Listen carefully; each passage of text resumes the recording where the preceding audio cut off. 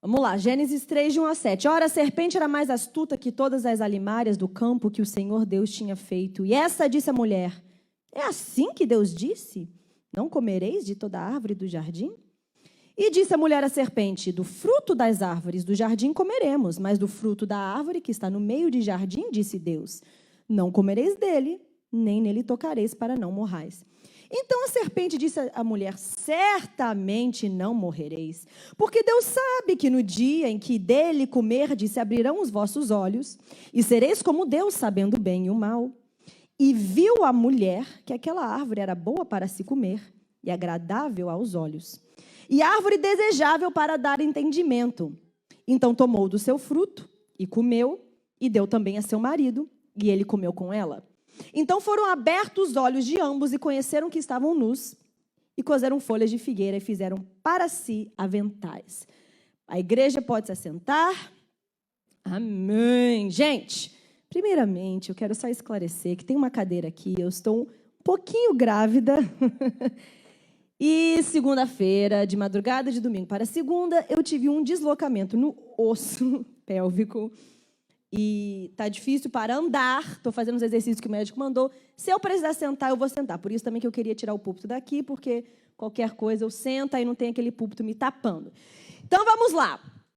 O tema da mensagem hoje é Vivendo o Ideal de Deus para mim. Sejam bem-vindos vocês que estão aqui assistindo online e vocês jovens. Quando Deus criou o mundo, Ele fez um lindo jardim para o homem morar. Um jardim onde Adão e Eva estavam livres para desfrutar da terra.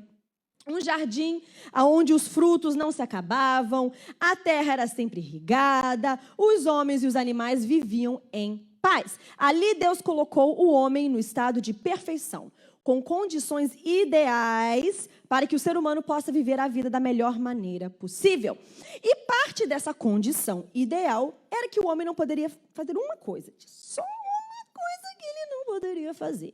Tinha uma árvore de todas as outras árvores que ele não podia comer. Por quê? Porque Deus não criou robô, gente. Ele criou seres com poder de escolha e deu uma condição para o homem cumprir. E justamente essa condição que o homem não cumpriu. Por que que o ser humano é assim? Por que que a gente é assim, né? Tem tanta coisa que a gente pode fazer, tem tanta coisa que é livre para nós como crente, mas a gente quer fazer o que não pode fazer, a gente quer fazer. Então, mesmo naquele paraíso, com tantas escolhas, com tantas frutas, com tanta opção, com tanta lindeza, com tanta perfeição, com tanta paz, os seres humanos decidiram ir contra a única regra que Deus estabeleceu e obedeceram. Com isso, o ser humano decidiu que ele queria determinar as próprias regras sobre o que é o bem e o mal, e nisso rejeitar o ideal que Deus tinha estabelecido, achando que queria saber mais do que Deus, que estava acima da lei de Deus, tornou as costas para o ideal que Deus estabeleceu. E todos nós sofremos por causa disso. Aqui está um pouquinho baixo, mas tudo bem. Então, hoje eu quero falar... Tem que falar no microfone. Hoje eu quero falar sobre o ideal. O Jardim do Éden nos mostra que existe um ideal. Uma meta, um alvo, um padrão ideal que mora dentro de nós. Esse ideal mora dentro de nós e é um pedaço do DNA de Deus. E para vivermos a nossa vida espiritualmente, moralmente, emocionalmente, de uma maneira boa, precisamos viver dentro do ideal de Deus, porque assim Deus criou o homem para viver. Então hoje eu quero que você fale comigo, eu quero viver o ideal de Deus. Eu quero. É impossível para a gente viver o ideal de Deus sozinhos. Porque dentro nesse ideal, né, que Deus estabeleceu no Jardim do Éden, porque ali o ser humano se separou de Deus. Em rejeitar as condições ideais que Deus impôs no jardim, o homem se separou de Deus. Mas Jesus Cristo veio para resgatar esse ideal. E antes de morrer por nós, Jesus também teve que passar por um jardim. A Bíblia diz que antes de Jesus ser entregue para morrer na cruz, Jesus foi para o jardim Getsêmani para orar e lá ele venceu no jardim onde o homem falhou. No jardim Getsêmani, Jesus decidiu que mesmo que seja difícil, que mesmo que seja doloroso, que mesmo que seja uma entrega, que mesmo que seja contra a vontade dele, Jesus decidiu viver o ideal de Deus Pai para a sua vida. Como homem, Jesus tomou uma decisão diferente da que Adão tomou e permitiu que a gente agora também tenha a possibilidade de escolher diferente, de fazer diferente e de viver um ideal diferente para as nossas vidas. No jardim do Éden, o homem decidiu que a sua vontade estava acima de Deus. No jardim de Getsêmani, Jesus submeteu a sua vontade completamente para Deus, reestabelecendo o ideal de Deus para a humanidade através de Jesus Cristo. Cristo saiu do jardim e foi para a cruz, diretamente para a cruz. Ele morreu por nós, ali naquela cruz, resgatando as condições ideais que haviam sido perdidas no Éden. Infelizmente, morando nesse mundo aqui, estamos sujeitos ao pecado. Mas através de Jesus nós podemos viver o ideal de Deus para as nossas vidas. Olhando para o céu, aonde lá sim moraremos mais uma vez, nas condições perfeitas, no ideal perfeito que Deus sonhou para a humanidade. Então hoje eu quero abordar 3 pontos com vocês. O que é o ideal de Deus? Como fugimos do ideal de Deus? E como podemos voltar para o ideal de Deus? Eu peço a um diácono que tenha certeza lá em cima que a TV está funcionando, né? Porque subiram pessoas lá para cima, por favor. Então vamos falar, o que é o ideal de Deus? O que é o ideal de Deus? Para entendermos o que é o ideal de Deus, precisamos primeiro reconhecer que existe um ideal. Parece uma coisa simples, mas não é. Porque o mundo vai te dizer que não existe um ideal, que tudo é relativo, mas isso não é verdade. Gente, eu passei uma dor de cabeça estudando esse ponto aqui, mais tempo do que muito tempo, estudando só isso, com uma pergunta. Será que o ser humano, que existe dentro do ser humano um padrão de um ideal para se espelhar, que não existe nos animais? Será que somos só nós?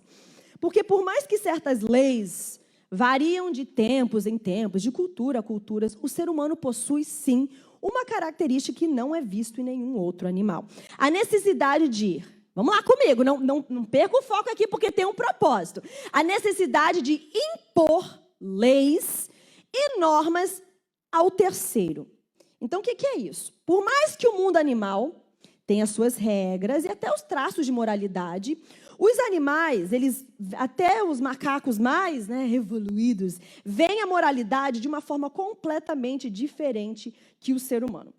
Quando alguém quebra uma regra lá no mundo dos macacos, não tem a corte macaquinha para decidir o que vai acontecer com um macaco. Eles têm as regras dele e resolve quem feriu ao que foi ferido, e o macaco dominante resolve tudo lá. Só que o macaco não sente a necessidade de falar assim, ei, aquele macaco ali fez errado, vamos ali em conjunto punir ele. Não existe isso. Já o ser humano sente sim no direito de impor as regras às pessoas que não conhecem.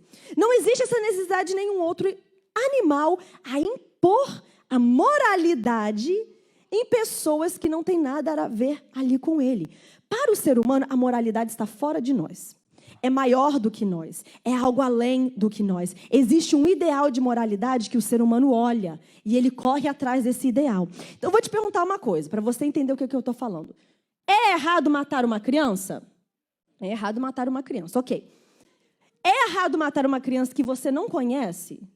Ok. Quem acha aqui que uma pessoa que você não conhece, matando uma criança que você não conhece, num país que você não conhece, deve ser punido pela lei? Levante sua mão. Quem acha? Todo mundo acha, é claro que acha. Mas você não conhece essa pessoa, por que você se importa? O que acontece com essa pessoa? Essa pessoa não tem nada a ver com você.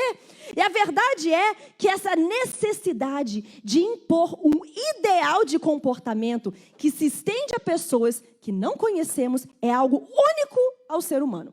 Não existe em outra espécie. O macaco até pode punir um roubo. Se alguém pega a bananinha ali do macaco, o macaco vai lá e dá um couro no macaco que pegou a bananinha dele. Só que ele não sente essa vontade de impor a moralidade do roubo a pessoas que não têm nada, macacos que não têm nada a ver com ele. Só quem faz isso é o ser humano. Só o ser humano tem um padrão de comportamento que diz para ele que existem normas e regras e um ideal que tem que ser aplicado não só para ele, mas enforçado para todos. Não é lindo isso? O ser ser humano entende que existe um ideal de comportamento e quem quebra esse ideal deve ser punido.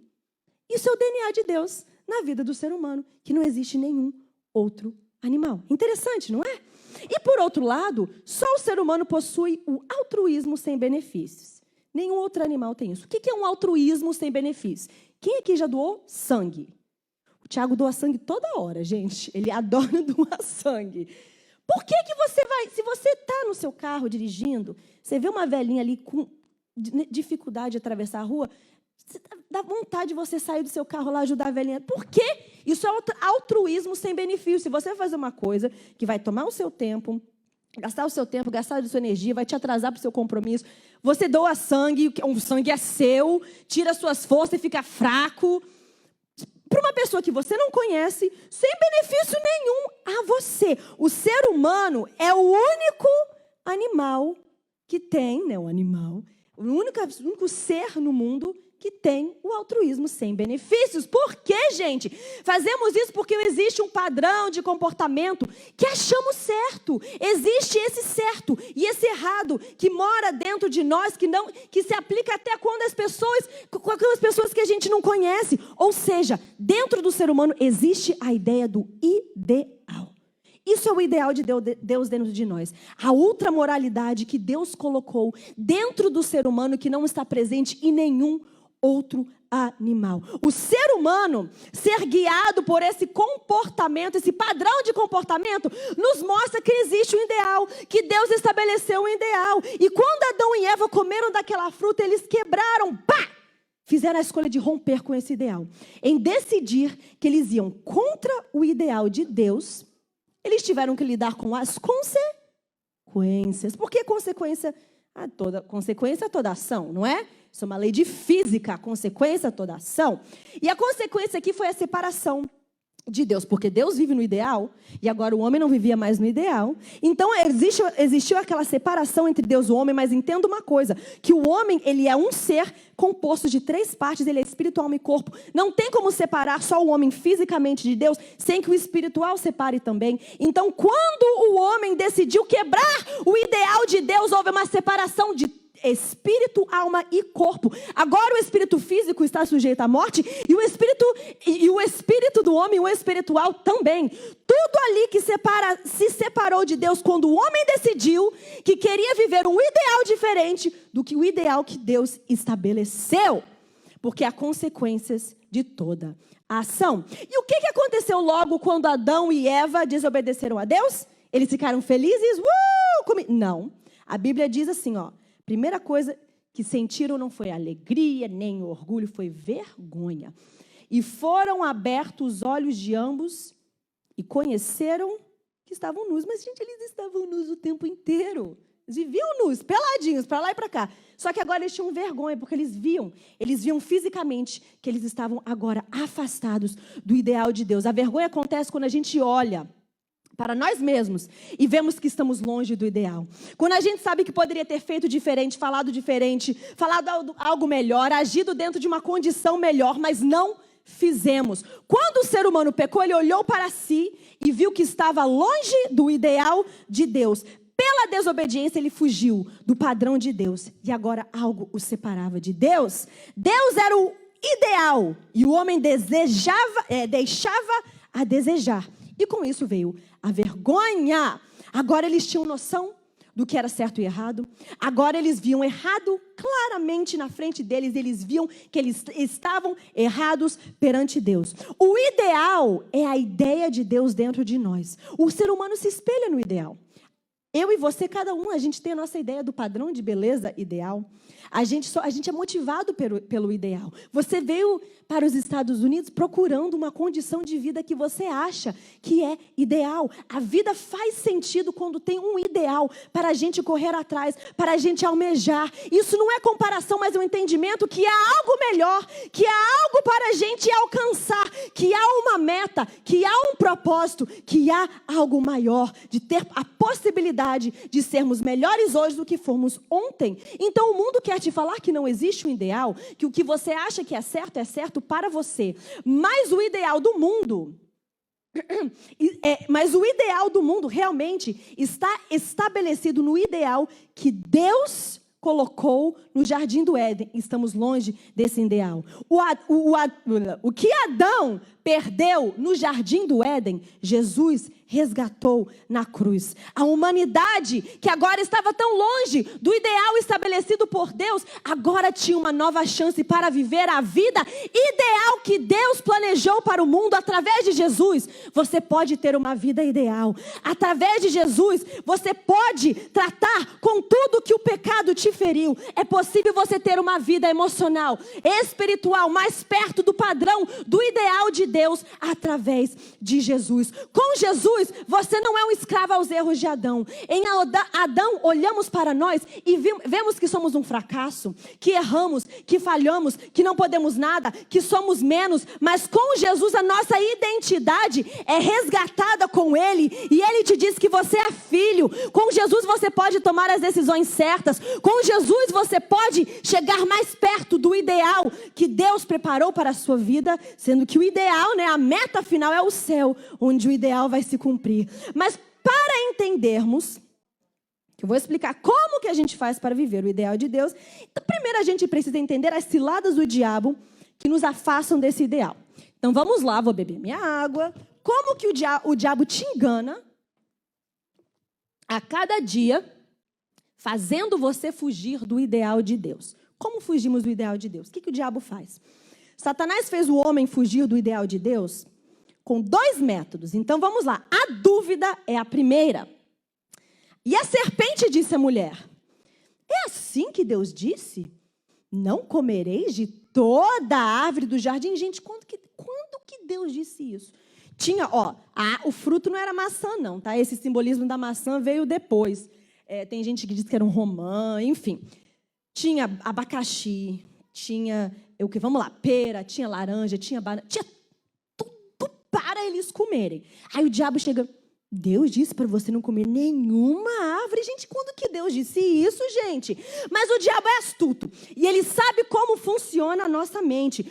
Tudo que ele tem que fazer para você fugir do ideal de Deus para a sua vida é plantar a sementinha da dúvida. Às vezes, uma sementinha da dúvida é tudo que ele precisa. O propósito do diabo era fazer Eva duvidar. Ele não conseguia convencer ela sem antes plantar a semente da dúvida. Ele queria que Eva questionasse o quê? Duvidasse o quê? Das intenções de Deus. Ele queria que ela duvidasse que Deus sabe o que é melhor. Quem aqui já passou por isso? A dúvida, será?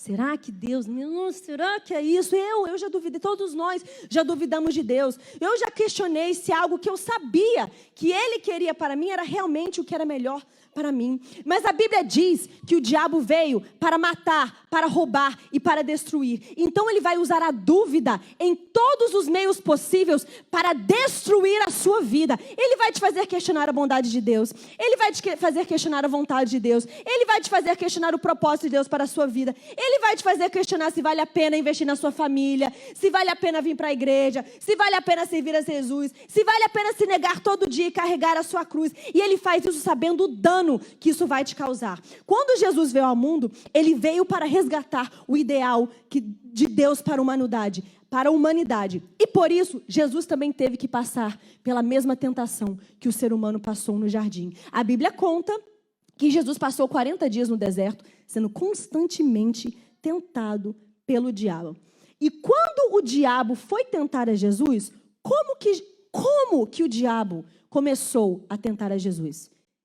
Se tu és o Filho de Deus. Como assim, se tu és o Filho de Deus? Jesus sabe que ele é o Filho de Deus. Jesus no batismo dele, Jesus, meu filho, a quem eu me aprazo. Jesus sabia que ela era um Filho de Deus.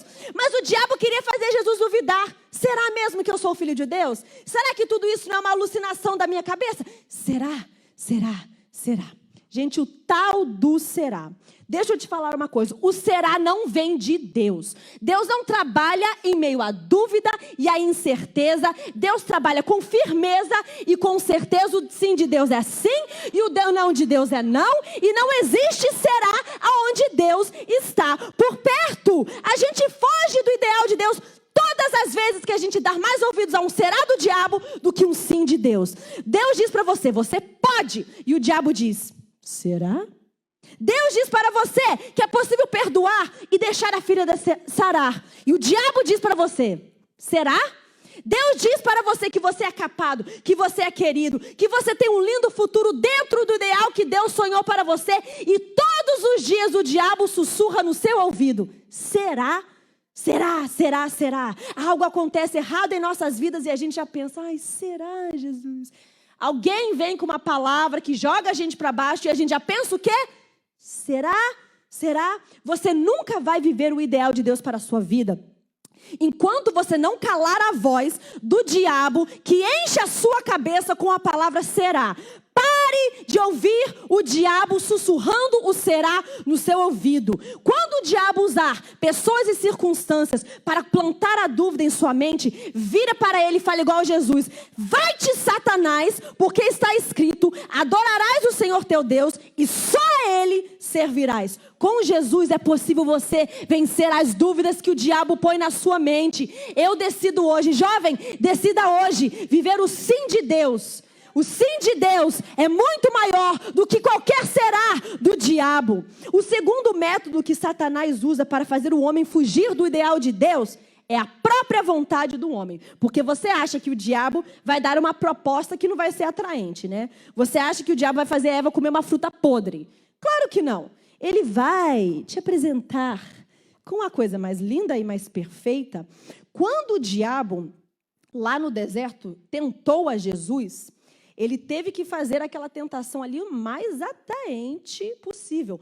Porque foi assim que Eva desobedeceu. O que a Bíblia diz?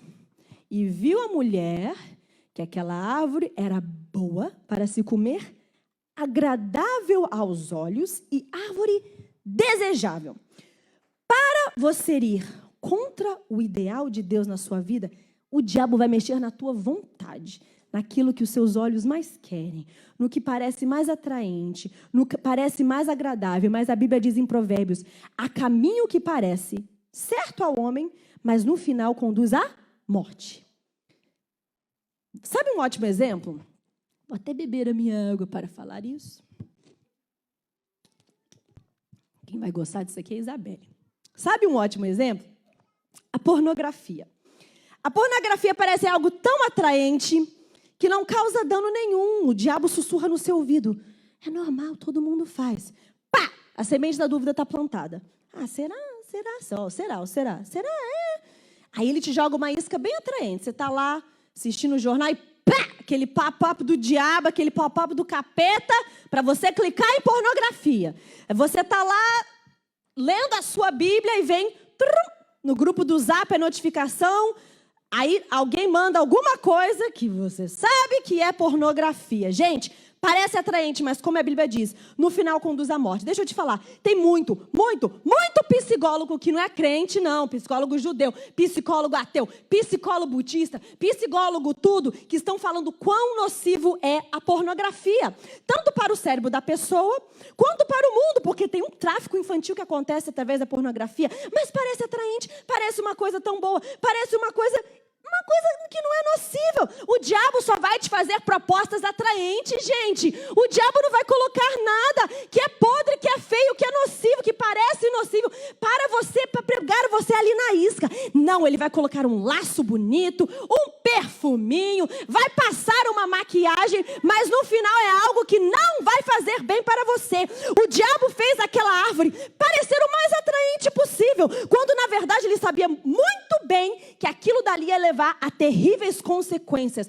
Quando Jesus venceu a tentação do diabo, Jesus teve que também lutar contra propostas atraentes do diabo. O diabo disse a Jesus, eu te darei toda a glória e poder sobre a terra. E Jesus disse, sai daqui, Satanás, me deixa. O diabo disse, você está com fome? Eu te dou pão. E Jesus disse, não é só de pão que vive o homem. Jesus como homem, ele venceu a tentação da vontade, porque ele sabia que a vontade ia passar, mas as consequências não. A vontade passa, as consequências ficam. A vontade passa, mas o erro permanece. A vontade passa, mas o dano que te causa, você tem que lidar por anos e anos. É isso que o diabo quer fazer com você. Primeiro ele quer te fazer duvidar de tudo que Deus tem para você, de todas as regras que Deus tem para você. Ele te faz duvidar da voz de Deus, dos propósitos de Deus e principalmente da vontade de Deus. E depois que a dúvida já está plantada na sua mente, ele monta uma coisa bem atraente para te fazer tropeçar. Mas o propósito do diabo é sempre a perdição. É sempre um caminho pior. Não deixe que o diabo rouba de você o prazer de viver o ideal de Deus. Não deixe que a semente da dúvida seja plantada no seu coração. Não se iluda com as propostas que são atraentes, mas levam à perdição. Quando a gente permite que a dúvida e a nossa vontade tomem conta da nossa vida, fugimos do ideal de Deus para nós. Então já falamos que existe um ideal. O que o diabo faz? Como é que a gente foge do ideal? E agora a gente vai falar como então, Rebeca, você já falou do ideal. Como é que a gente faz então para viver o ideal de Deus para as nossas vidas? Então vamos lá. Primeiro, precisamos do Espírito Santo para nos mostrar o que Deus quer de nós. Já é difícil saber qual é o ideal que Deus tem para as nossas vidas. Mais difícil ainda é viver dentro desse ideal. A quem prega aqui, gente, às vezes faz parecer tão fácil, mas não é, tá? É difícil para todo mundo. Não é uma coisa simples. Todos nós temos a dificuldade não só de entender o que Deus quer de nós, mas também como agir dentro, né, desse propósito. Mas o bom é que você não tem que fazer isso sozinho. Jesus não vai fazer nada que vai te deixar sozinho em nenhum momento. Por isso que a gente tem o Espírito Santo. O que é o Espírito Santo? O Espírito Santo é Deus agindo dentro de nós, com vários propósitos. Mas eu vou ressaltar 3 aqui. Primeiro, ele nos mostra o que é certo e errado. Ele nos ajuda a fazer o certo. E, consequentemente, ele nos faz parecer mais com Jesus. Já falei aqui, já usei esse exemplo aqui antes. Sabe aqueles desenhos velhos que mostram o diabinho de um lado e um anjinho do outro? O Espírito Santo é aquele anjinho sussurrando no seu ouvido. Ei, esse lugar não é para você. Ei, essa escolha aí não vem de Deus. Ei, não namore com essa pessoa. Ei, esse pensamento não vem de Deus. Ei, essa palavra não vem de Deus. A Bíblia diz que o Espírito Santo convence o mundo do pecado. Então pense comigo. O mundo está na perdição, o povo peca, o diabo fez uma confusão nesse mundo. Mas aí você aceita Jesus e se torna filho de Deus. E em Romanos 8 vemos que os filhos de Deus são guiados pelo Espírito. E quem é guiado pelo Espírito faz o que o Espírito deseja. Então veja bem como funciona. Ninguém espera que você vivendo neste mundo de pecado vai saber o que é o ideal de Deus. Isso é impossível para nós sem ajuda. Mas o Espírito Santo nos dá essa ajudinha, agindo no mundo, mostrando o que é certo e errado. E quando a pessoa entrega a sua vida para Jesus, ela começa a viver debaixo da influência do Espírito Santo e o Espírito Santo te ajuda. A Bíblia diz em 1 Coríntios 2,14, o homem natural não aceita as coisas do Espírito e não pode entendê-las, porque elas se discernem espiritualmente. Então o Espírito Santo ele te ensina a discernir, a ver o que é certo e é errado, como falar, como agir, como vestir, como amar, como servir, como pensar, como ser mãe, como ser esposa e esposo, as pessoas certas para você se cercar, as pessoas de quem você deve se afastar. E quanto mais você deixa ser guiado pelo Espírito Santo, mais você vai crescendo dentro de você o que a Bíblia chama dos frutos do Espírito. Gálatas 5, 22, 23, mas o fruto do Espírito é amor, alegria, paz, paciência, amabilidade, bondade, fidelidade, mansidão e domínio próprio. Tem uma música dos 3 palavrinhas, não tem? Com os frutos do Espírito. Coloque a sua criança para memorizar. Eu acho lindo quando a criança memoriza essas coisinhas assim. Sabe? Gente, eu amo a Bíblia. Eu amo a Bíblia porque ela se completa de uma forma tão espetacular. O Espírito Santo, ele age dentro de nós colocando o quê? O que do Espírito? Os frutos do Espírito. Foi por causa de um fruto que o homem fugiu do ideal de Deus. Mas quando a gente permite que o Espírito Santo haja dentro de nós, vamos criando outros frutos. Agora frutos do Espírito dentro do nosso coração. Aquilo que antes era o símbolo do fracasso, se tornou o símbolo da vitória. Aquilo que mostrava a fraqueza do ser humano, agora mostra a força do Espírito Santo habitando dentro de nós. Aquilo que o diabo usou para fazer a gente fugir do ideal, o Espírito Santo usa para nos fazer mais parecidos com Deus. Não existe fracasso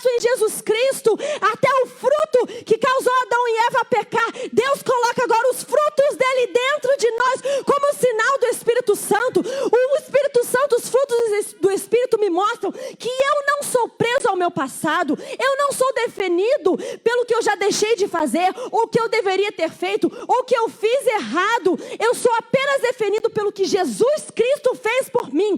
Com o Espírito Santo dentro de você, você pode viver o ideal de Deus para a sua vida. A segunda maneira que podemos viver o ideal de Deus pela nossa vida é através da disciplina.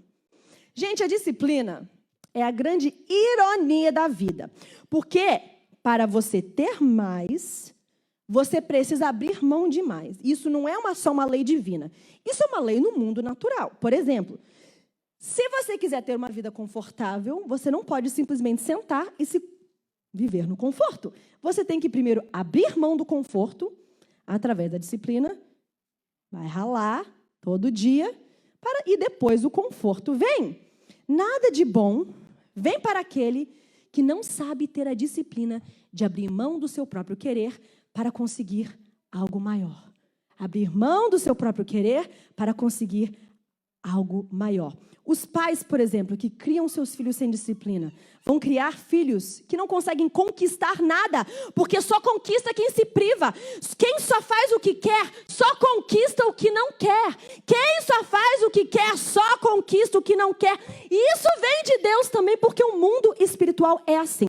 Gente, eu não entendo por que as pessoas acham que o mundo espiritual tem que ter leis diferentes do que o mundo físico. Se a disciplina é uma lei da humanidade, gente que não é crente não, gente.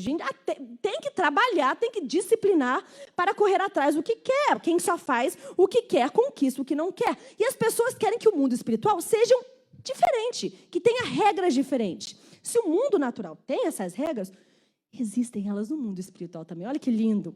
Todo mundo entende que para ter sucesso na vida financeira, na vida familiar, no trabalho, a gente precisa abrir mão de certas coisas. Quem entende isso aqui? Todo mundo entende isso. Aqui, a gente precisa de disciplina. Existem livros e palestras, e podcasts, e revistas estritamente dedicados à disciplina. Ninguém nega que o sucesso vem através da disciplina, e a disciplina só acontece quando a gente se nega. É ou não é? Gente, aí chega no mundo espiritual, o povo não quer aceitar isso. Não, no mundo espiritual tudo pode. No mundo espiritual, cada um faz o que quer, cada um sente o que quer, não precisa se negar de nada, não precisa se privar de nada para estar mais perto de Deus. É claro que não, gente. O mundo espiritual, o mundo físico é uma sombra do mundo espiritual. Se aplica para a gente aqui, aplica para lá também. A Bíblia diz, negue-se, Jesus diz, negue-se a mim e carregue, negue-se a si mesmo e toma a sua cruz. O mundo espiritual também tem regras e princípios e é guiado pela lei da disciplina. Exige disciplina igual o mundo físico. Então, para viver o ideal de Deus para a sua vida, você precisa aplicar a disciplina. Não há sucesso espiritual sem a disciplina. Então, rapidamente, antes da gente terminar, 3 maneiras de aplicar a disciplina para você viver o ideal de Deus em sua vida. Preste atenção, jovem. Para viver o ideal de Deus em sua vida, você precisa ter a disciplina para escolher a Deus todos os dias. Quando Jesus estava no jardim do Getsêmani, ele falou para os discípulos, vigiai e orai, para que não entreis em tentação. Na verdade, o espírito está pronto, mas a carne é fraca. Por mais que o espírito possa estar tentando agir dentro de você, sussurrando na sua mente, não faça isso, não faça isso.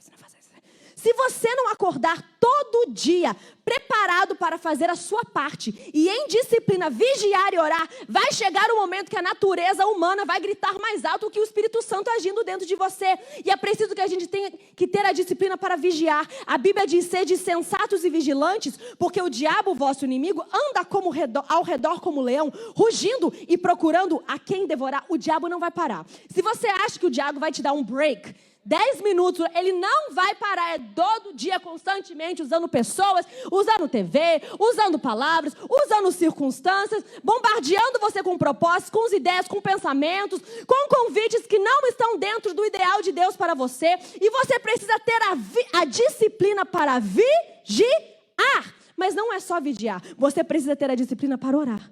Gente, Jesus, Jesus, gente, que é Jesus. Ele passou o ministério dele, a vida dele todinha orando. Jesus não parava de orar. Jesus, todo segundo que ele podia, ele se afastava da multidão, ele ia orar. Todo minutinho ele ia lá no cantinho dele ia orar. Ele subia um monte para orar. E ele ia para o jardim para orar. Por que a gente acha que se Jesus tinha uma vida de oração, Jesus que já era conectado com Deus, por que a gente acha que a gente também, a gente não tem que ter? É claro que a gente tem.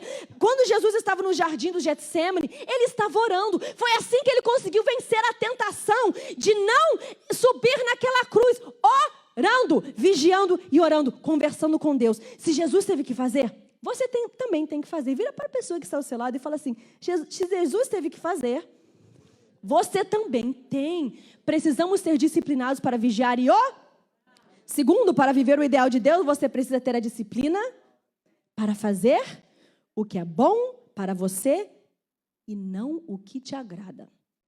Nem tudo que te agrada faz bem. Ah, mas o mundo vai te dizer que você deve fazer só o que te agrada. Não faça nada que não te agrade. Gente, mas nem tudo que te agrada faz bem. Romper relacionamento com seu pai, com sua mãe, porque eles votaram num candidato diferente que você queria, isso faz bem? Claro que não. Quero saber, eu estou curiosa para saber o número de jovens que tiveram que colocar o rabinho entre as pernas e viver de novo na casa da mãe e o pai durante essa pandemia, porque perderam trabalho, mãe e pai, que eles romperam um relacionamento lá nas eleições, lá tanto dos Estados Unidos como do Brasil, porque nem tudo que te agrada faz bem para você. Romper relacionamento com o pai e com a mãe, que vai te doar um rim se você precisar, isso nunca vai fazer bem para você. Nem tudo que te agrada faz bem. Estar com a pessoa errada pode até te agradar, mas nunca vai te fazer bem. E você não precisa nem da Bíblia para te dizer isso, tá? Se você está com a pessoa errada, vai lá num grupo lá de mulheres, de homem lá no Facebook, coloca a tua história lá, você vai ver centenas de comentários de pessoas que casaram com a pessoa que o coração agradava, mas que não fizeram bem para eles. Nem tudo que te agrada. Para dizer a verdade, gente, vamos falar a verdade aqui. A maioria das coisas que nos dá um agrado demais não faz bem para a gente. Comer, gente... Comer, gente. Sabe o que me agrada de verdade? Comer macarrão ao molho branco todo dia, com sushi, preferidamente. Sushi e macarrão, todo dia. Isso vai me fazer bem? Vai me agradar? Vai. Vai me fazer bem? Não. Nem bem para... né? A barriguinha. Mas também, blood pressure, como é que é? Pressão alta... colesterol, os nutricionistas ali atrás já estão gritando. Gente, deixa eu te falar uma coisa. É bom comer planta todo dia?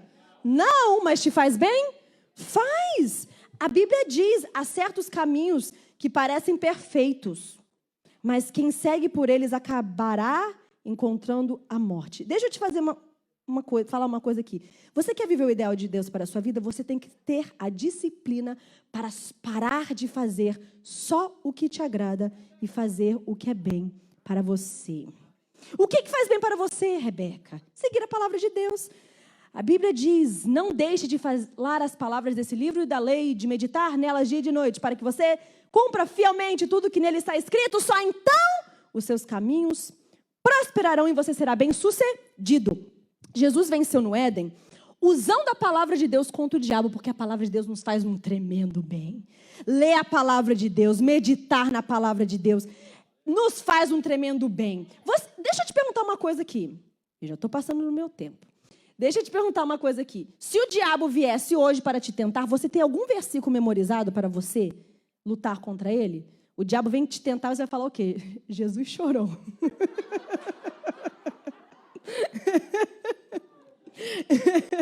Jesus chorou. Não, gente, eu não quero ser assim, não.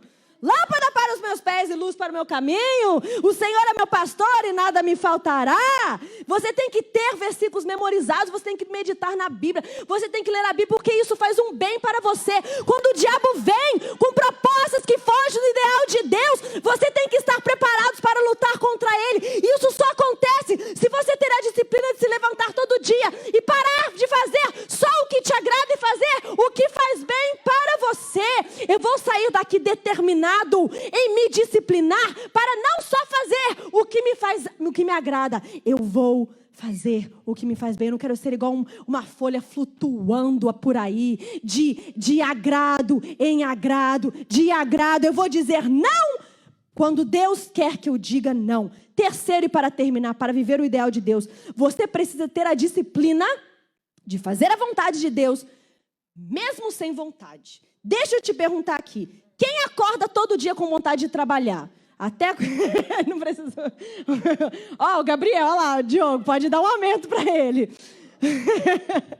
Gente, quando está muito frio, quando a gente acorda e está escuro, gente, viver nos Estados Unidos no inverno, gente, quando está escuro, quando a gente está doente, quem tem vontade de trabalhar todo dia? Deixa eu te perguntar uma coisa.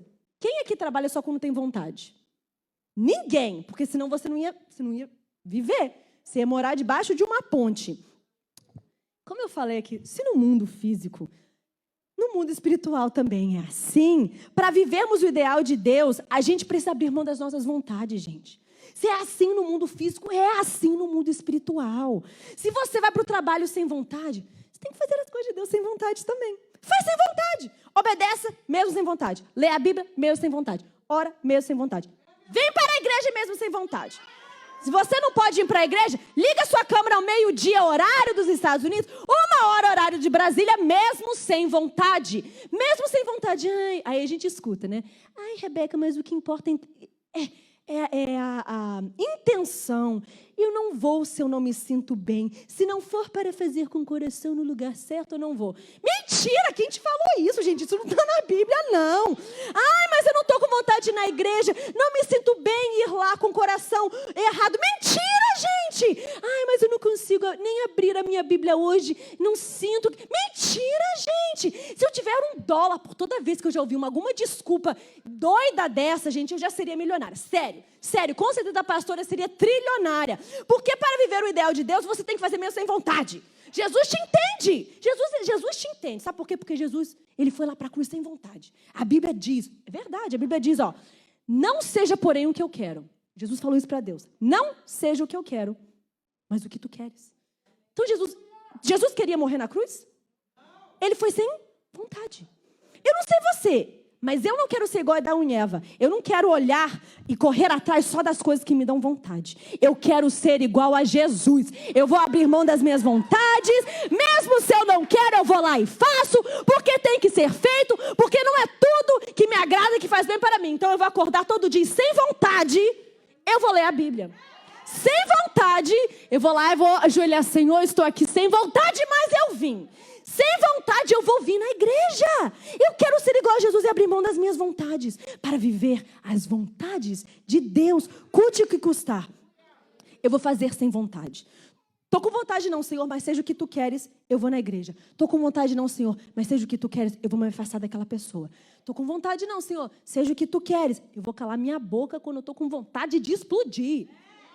Não estou com vontade, Senhor, mas seja o que tu queres. Eu vou falar de Jesus para aquela pessoa que está precisando mesmo com vergonha, mesmo sem vontade. Estou com vontade não, Senhor, mas vou perdoar. Estou com vontade não, Senhor, mas vou dizer não. Estou com vontade não, Senhor, mas eu vou lá e vou enfrentar esse gigante, porque é maior o que está dentro de mim do que está no mundo. Sabe qual é a ironia? Que primeiro a vontade de Deus parece difícil, mas depois ela se torna leve. Só que a vontade do mundo, no início ela parece tão leve, mas depois ela se torna difícil. A Bíblia diz que a vontade de Deus, ela é boa, ela é perfeita, ela é agradável, mas a Bíblia não diz que ela é fácil. Ela não é fácil, mas ela é boa. Faça a vontade de Deus. Vale a pena fazer a vontade de Deus. Aleluia.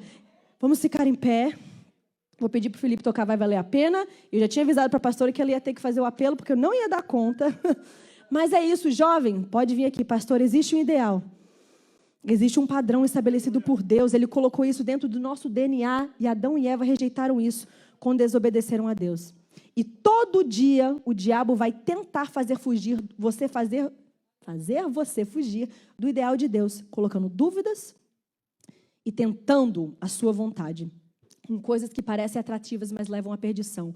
Então hoje você tem uma decisão. Eu sei que não pode fazer apelo, né? Não pode chamar aqui, não pode aglomerações. Estão chamando as pessoas separadas. Podem vir, então.